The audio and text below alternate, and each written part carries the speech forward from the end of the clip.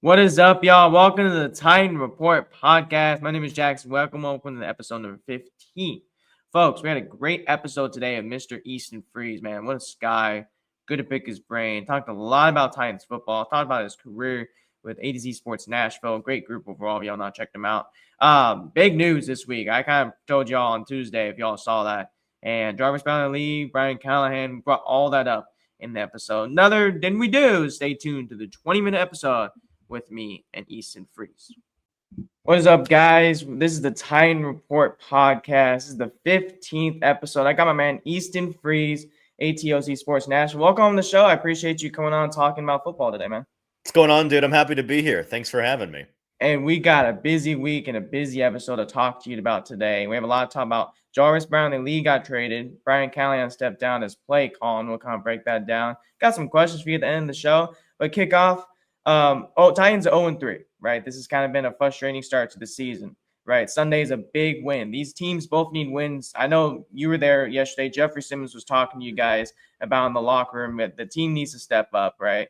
The Titans' best players need to step up, especially after the Jarvis Brownlee Jr. trade. Before we get anything on Sunday, what are your three keys for the Titans to try to get a win on Sunday on the road against Houston? That's a good question.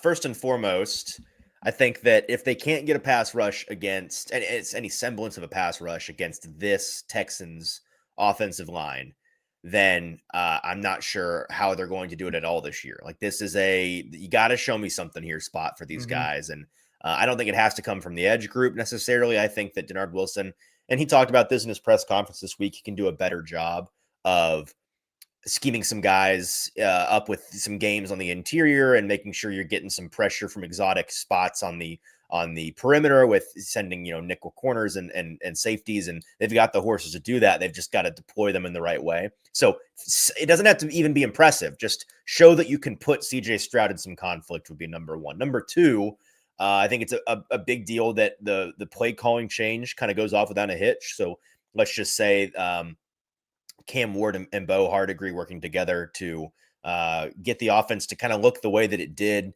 once they settled into the Colts game in week 3. Now, a lot of that was trailing and being down 14 and 21 points. And so you're playing some shell defenses, and it's not a perfect representation of neutral football, right? But the way that the offense was functioning, they were moving the ball for kind of the first consistent time all year. They had a couple different stretches where they got consecutive first downs, like 3 in a row. And it's like, you can do that. The Titans can do that. So, they do that against a defense in Houston that is, I think, a hair better than the Colts, probably, to be honest with you. The Colts defense in general is playing above their station right now to me, but the Texans have horses that the Colts just don't, especially on their defensive front. And I know that they got some guys banged up in the secondary, but no matter who they have out there, it's going to be a tough test for them. So I'd say that. And then I'd say just catching the ball, man. Like, Calvin Ridley having a bounce back game would be a big deal. And Cam Ward, maybe being a hair more accurate the way that he's talked about wanting to be. But in general, completing these passes that are there to be completed would be huge. And you talked about Bo Hardegree taking over play calling. The biggest question was Nick Holtz did not get the play calling. Bo Hardegree did. Do you want to talk about that just a little bit, about how that would impact Cam? Just talking about him being on the field or being off the field, taking play calls over Callahan. Sure. I'm so sick of having to talk about Nick because Nick is catching strays for really no reason, in my opinion. Everybody that I talk to off the record about Nick and the job that he does, and they, these are people that I have a basis of trust with, that they wouldn't just blow smoke if they didn't really believe these things, on other topics and other players and other people. Like, they have not been afraid in the past to me to just share their honest opinion. So when they off the record tell me like Nick is so vital in the role that he has, and it's hard for me to defend him any further to fans because he basically does all the things during the week that are critical for an offense to get to a Sunday and be able to function in any way. But it's all the stuff that fans don't see. And so his role has not changed anyway as the offensive coordinator, with Hardegree becoming the play caller. Hardegree becoming the play caller really just made the most sense because he has done it before. Nick has not.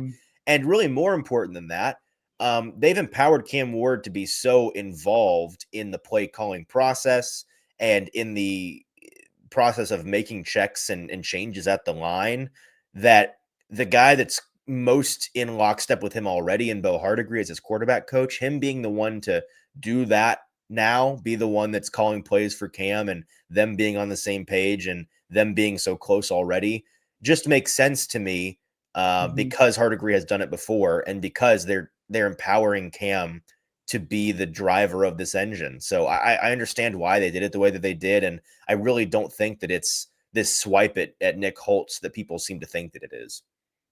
You bring up a good point about that as well. We're going to transition Jarvis Brownlee. I think a lot of people were shocked, including yourself, on I think it was Tuesday. I think everybody was so shocked about the Jarvis trade. Where do you want to talk about that? I know you talked about that a lot about this morning on the respect of Jarvis getting traded and being a bad locker room guy. What are your takes on Jarvis getting traded to the Jets? Well, I don't want to call him a bad locker room guy because I don't know that for sure. I just know, generally speaking, this was a move because Jarvis wasn't a culture fit for what this team's trying to build right now. And there's a lot of things kind of floating around, and it's all speculation. Like, there's nothing that I have seen that's really been pinned down hard. But you've got Jared Stillman talking about things he's heard from sourcing inside the Titans building. You've got things being written at ATOZ Sports that I worked with my colleague Ryan Roberts on, and some things from Jarvis's college days that were red flags when he was a prospect back in the spring of 24. You got Jim Wyatt, who, people understand that Jim knows what he's talking about, and he's not somebody that is going to speculate on things that aren't true. And he goes on the radio the day of the trade and basically says there were some things that happened there. Generally speaking, the Titans clearly made a trade that was not a value proposition for them. And the fact that no other team in the league offered more than the Jets did for a starting caliber cornerback, it's not hard to do the math on. The Titans didn't trade him because they wanted the value of the trade. They traded him because they wanted him out of the building for whatever reason. And I don't know what that reason is for sure. I'm not sure we'll ever know what that reason is for sure. But they did not think he was a culture fit any longer, and they thought that he needed to go. Now, I'm not saying they're even right in that. I'm not saying that this won't come back to bite them. It may, but that's why they did what they did. So Jarvis is obviously out Sunday with that ankle injury, which is still a big question mark in there also for the Jets that they're going to have to talk about. Jalen Armour-Davis, who got some first-time action on Sunday. We saw Darrell Baker Jr. What do you see in those guys on Sunday taking that big role instead of Jarvis? Yeah, I mean, I'm interested to see Jalen Armour-Davis getting more involved. He had something like 17 or 18 snaps, I think, in his first action in week 3. They're kind of easing him into the scheme, getting him up to speed. He's somebody that I think is genuinely a good cornerback when he is healthy. He's just not been healthy for the majority of his career. And so if he can somehow leave that injury bug in Baltimore, and as a Titan, he doesn't deal with that, then I am excited to see what he can be as an outside corner. I just don't have any reason to believe that he will stay healthy until we see it. So let's see how much they allow him to play this week. I think that he will continue to be more involved as the weeks go on, and let's see what he looks like and if he can stay healthy. Another injury concern is we want Kevin Winston back. I know he talked to you guys just in the media room. Do you think he'd come back this week, and how he make an impact on the defense? Yeah, I don't know if he'll come back this week. And when he does come back, I think that you'll see him really eased into things as well, obviously, kind of like Armour-Davis was. But I'm so excited and antsy as antsy as he is to have him back in the fold and working out there. This is a team that, Denard Wilson alluded to it in his press conference on Tuesday, that their safeties have to tackle better than they are. They need to be the last line of defense on these big plays that opposing offenses are breaking. And Kevin Winston Jr., no matter what else he does, as far as a field general or as far as a coverage safety, he is going to make tackles. It's what he did in college. He had a literal 0.0% missed tackle rate. Every time he got his hands on somebody in college, he tackled them. All of the times, every single one. So that's the guy that you want on the field to do the tackling the way that the Titans need the tackling done. The way that they've not been doing the tackling the past couple of weeks. Yeah. And so I'm excited for him to get back out there. I don't know if that comes this week. I think we'll learn a lot more today on Thursday. And of course, it's the Friday injury report. But the fact that we got to speak with him in the locker room is a good sign, because we don't get to speak to guys that are injured and out all the way. We get to speak to guys that are at least in some ways involved in practice. So that's good news. Another English turner is J.C. Latham. He's been out for a couple games now. He might miss Sunday as well. That hip injury. Have you guys heard anything about J.C.'s injury update? He might play also on Sunday. My understanding with it's a strained hip muscle deal. It's not like some complicated injury. It's something that he was dealing with in training camp and thought that he was good to go and come back for week 1 and then aggravated it. And that's why he's been shut down. I don't want to speak out of turn. So let me be clear that I'm speculating here, but my understanding is that like he could probably come back and play right now if it was a one-off game. It was a playoff game or something along those lines. Really what this wait and see timeline for him is more about is trying to find where that sweet spot is of being cautious enough, giving it maybe a little bit more time than you feel like it needs so that you're combating re-aggravating it and it being a nagging issue, right? That's what they're trying to do. So I don't think it's a he's still fully hurt kind of thing. I think it's a, okay, when do we, and it's kind of hard to say, when do we feel safe getting him back out there, even though it kind of seems like he's good to go? Let's not push it. At week 1, maybe we kind of pushed it and we want to be more cautious than that. So I don't know what the math is on that. And they have medical professionals and scientists who know this better than I do, and they'll make a determination. And maybe that's this week. I think if it's not this week, then it will be next week, but it will be soon, and it needs to be soon. Yeah. So I have one more question. I know a lot of Titans fans on Twitter were reacting to Cam Ward's injury yesterday. I think that was overreaction. What do you think about that as well? I saw your thoughts as well. I think everybody should always react to Wednesday injury reports at your own peril. Right. Wednesday injury reports are as close to useless as possible. They basically just give you a baseline of who is still at least a little bit injured versus who is not injured at all. So when a guy was on the report and then isn't on Wednesday, that's meaningful and that's good news. But if a guy was injured in some capacity and is back on it on Wednesday, or has any little nick or bump or bruise, they're going to be on that Wednesday report. It just doesn't mean anything. The Thursday one means a little bit more, but it's the Friday one that really means something. I was talking to and shooting the breeze with Cam Ward in the locker room, watching him walk around, watching him move on that ankle after practice yesterday. There's nothing to worry about with Cam. That's good news. A couple of questions is, you've been one of the ATOZ Sports Group's been one of the biggest groups growing in sports media. How has that really meant to you as a person? You've been doing great articles. I've seen your stuff in the off season. What has that group really meant to you on your sports career going forward? Thank you, man. It's been a blessing being with ATOZ for the past little bit over a year now, and I love the people that I work with. I think that they do a good job, and they're focused on doing meaningful work, which is important to me. I think that we've got the right people in charge at ATOZ Sports in terms of leading the company as a business. A lot of things that are above my pay grade and things that I'm not an expert in, things that I'm not even necessarily interested in, but they have to be done for a sports media business to thrive in a pretty difficult ecosystem, pretty competitive ecosystem. And the relationships that I've built in this media market and with the team and with the players and with people nationally, I've got a lot of national friends who have done this for a long time in other markets and work for ESPN and The Ringer and Fox and have been around the block and have perspective on things that I don't have. I lean on them a lot, and it's been a blessing. It's a relationships business. So you gotta, it's about who you know and it's about what you know. And I feel pretty lucky to be in a good place on both of those fronts. And I think in our lives, we know kind of where we want to go in our lives. When did you know you want to be a part of sports media, and what influenced you to take that next step in your life? I was a music major in college. So I came out of high school, went to Belmont University as a music major. And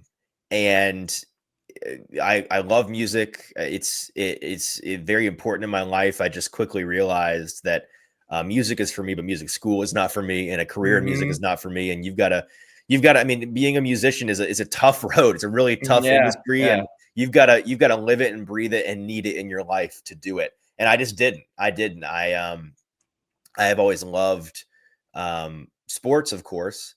And I was always interested in journalism in general, and I was a good writer, and I felt like I was a good speaker. And so, COVID hit, and that was right in the middle of my college career. And so that kind of derailed things for everybody, obviously. And that led me to have some more free time on my hands and started kind of dabbling and going from being a fan of the Titans, just in general on Twitter to covering the team and getting my foot in the door, and basically just started doing it and did it for a long time and leaned on the fact that I felt like I knew what I was good at and that I was doing good work. And You just got to embrace the grind. And so it wasn't until 2020, I guess, that I really kind of made that hard transition.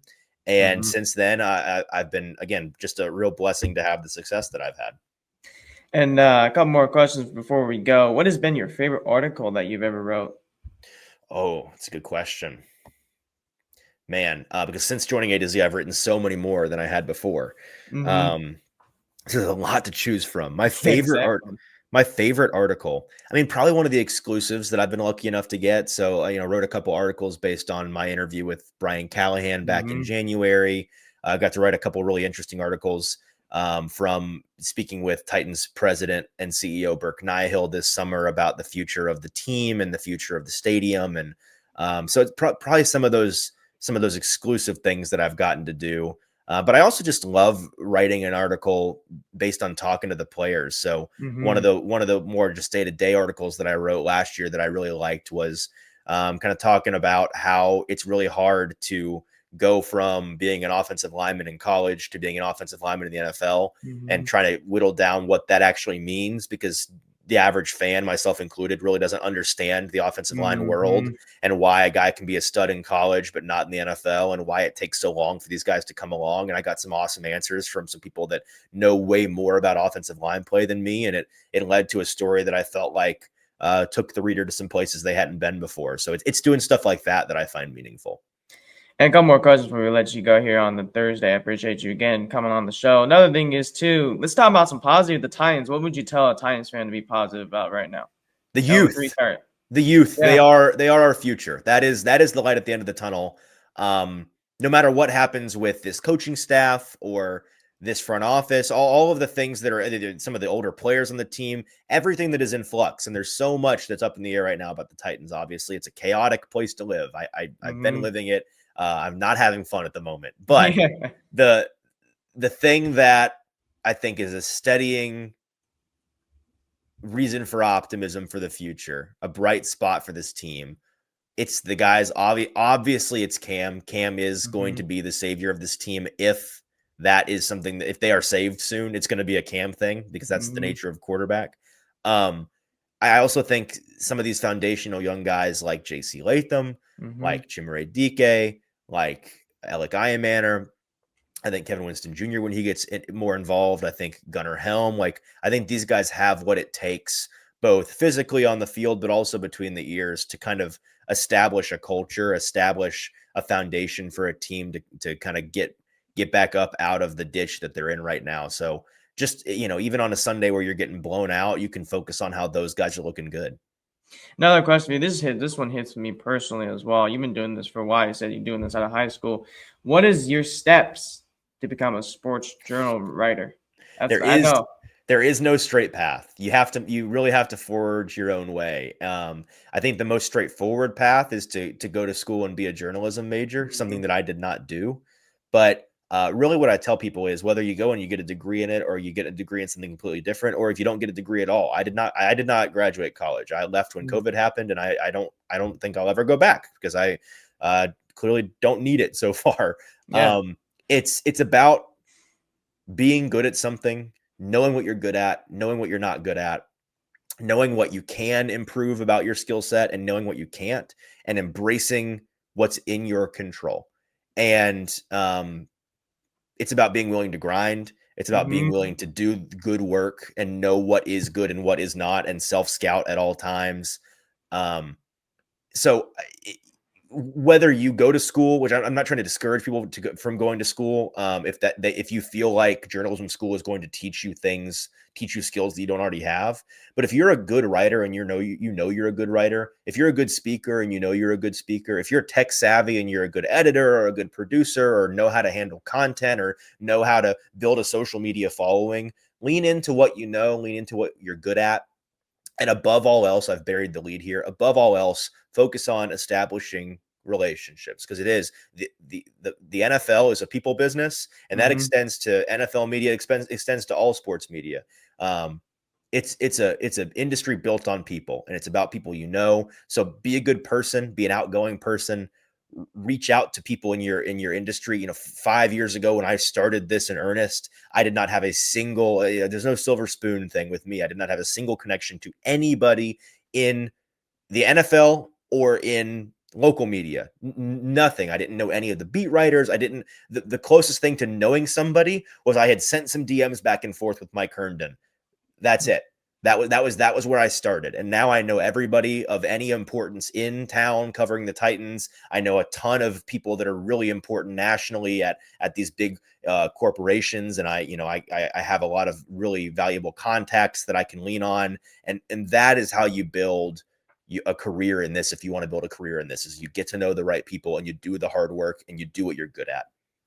Easton Freeze, ATOZ Sports. What a great advice to end the episode. Great to talk to you about 20 minutes. Great to talk about Titans football and everything else, and hope to get you on during the season. And, we'll see if we get a win on Sunday.